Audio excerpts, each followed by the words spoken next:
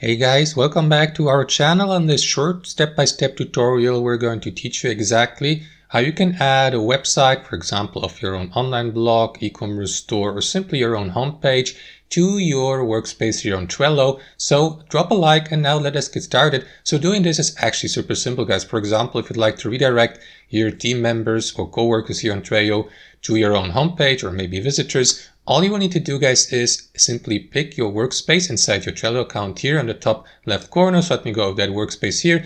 And to add a website to that workspace, simply click on your workspace here to the left. That is going to redirect you to that overview. So what you want to do here, guys, is simply click on that pencil icon next to your workspace name to edit and to customize your workspace. So you can add a name, a short name, and here below also describe it. However, doing that is optional. And also here, as you can see, add a website, like for example, your own e-commerce store or online blog. Simply edit or paste the URL of your website here.